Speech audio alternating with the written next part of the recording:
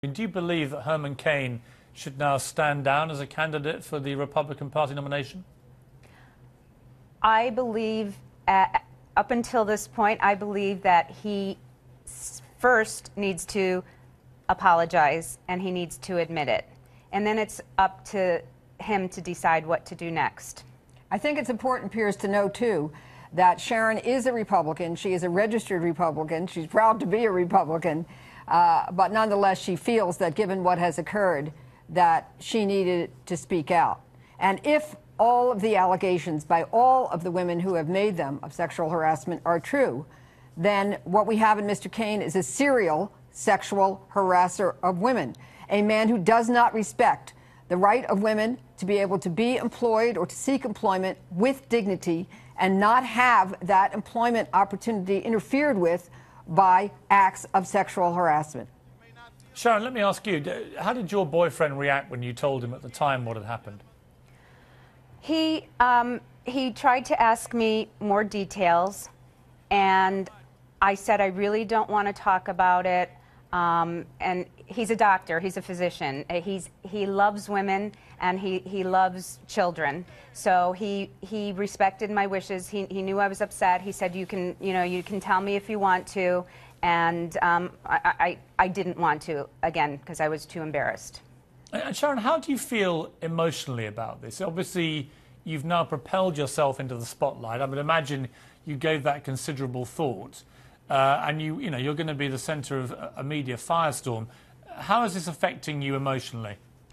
To be honest with you, right now I haven't even watched any of the media. I know that in the next 2 days is when everything's going to all hit the fan, so to speak, and I'm prepared for it.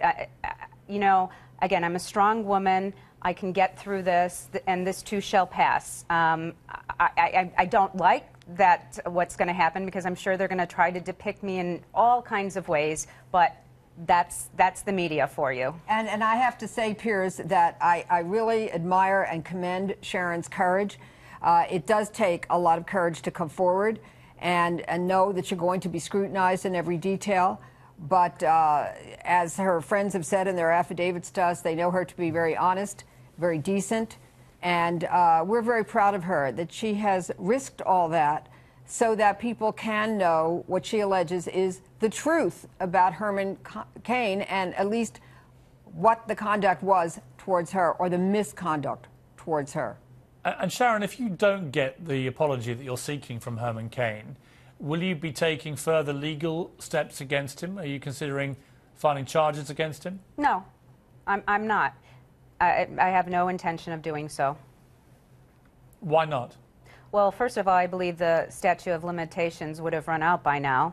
And second of all, that wasn't my goal here. My goal was simply to get him to admit the wrongdoing. It wasn't to...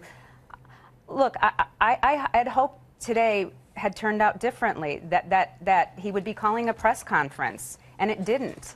And so I hope that I didn't lose anything. I really hope that what I did will enable other women to come forward in similar situations. Unfortunately for Herman, he's still in denial. We invited Herman Cain on to the show tonight. He declined that offer. My final question to you, Sharon, is simply, do you think that Herman Cain should become President of the United States? I don't think we can have anyone in the White House who is unable to tell the truth.